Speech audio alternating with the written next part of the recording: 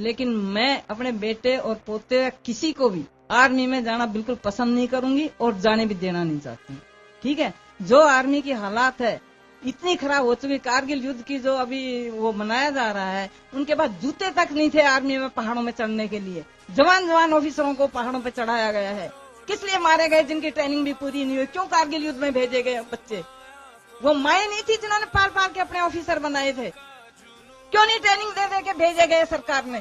अपने बच्चे जाते नहीं है और बाकी बच्चों को मरवा देते हैं ले जाकर। क्यों? कौन सी खुशी मना रहे हैं अब ये? जूते थे उनके पैरों में, आइस से बचने के लिए कुछ था उनके पास बंदोबस्त? यूनिफॉर्म तक पूरी नहीं थी आर्मी के पास। कहाँ रहती है सरकार फिर उसके पास? आप बताइए सरकार को क्यों लोग आर्मी में जाएंगे? मैं तो कहती एक को भी आर्मी में नहीं जाना चाहिए। और मेरे स्कूल के अंदर 400 बच्चे पास आउट होते हैं 12th से, एक भी बच्चा जाना नहीं चाहता आर्मी के अंदर। एक भी नहीं कहता कि हम आर्मी में जाएंगे। क्यों नहीं आर्मी का सरकार ठीक बंदोबस्त करती? क्या करती है आर्मी के लिए? कुछ नहीं करते। सब बोलते हैं बस नौकरी करते हैं, बेचारे नॉर्मल फैमिली से बच्चे जाते हैं। किसी राजनीतिक के बच्चे नहीं जाते हैं आर्मी के अंदर, अपनी नॉर्मल फैमिली से बेचारे जाते हैं और सर्विस नहीं मिलती है तो वो आर्मी में चले जाते हैं। उसके बावजूद उनके साथ क्या बर्ताव होता है? मीडिया उनकी कोई प्रॉब्लम बाहर नहीं निकालती है। सरकार उन सब बातों को बंद कर देती है।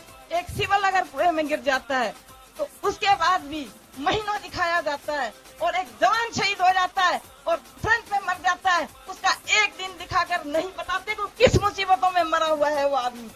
उसके बाद शहीद शहीद शहीद सारा दिन रट्टा लगाते रहते हैं, शहीद के नाम पे राजनीति करते हैं। ये कहाँ की सरकार है? कोई भी सरकार आए जाए लेकिन जवानों के बारे में कोई भी नहीं सोचता।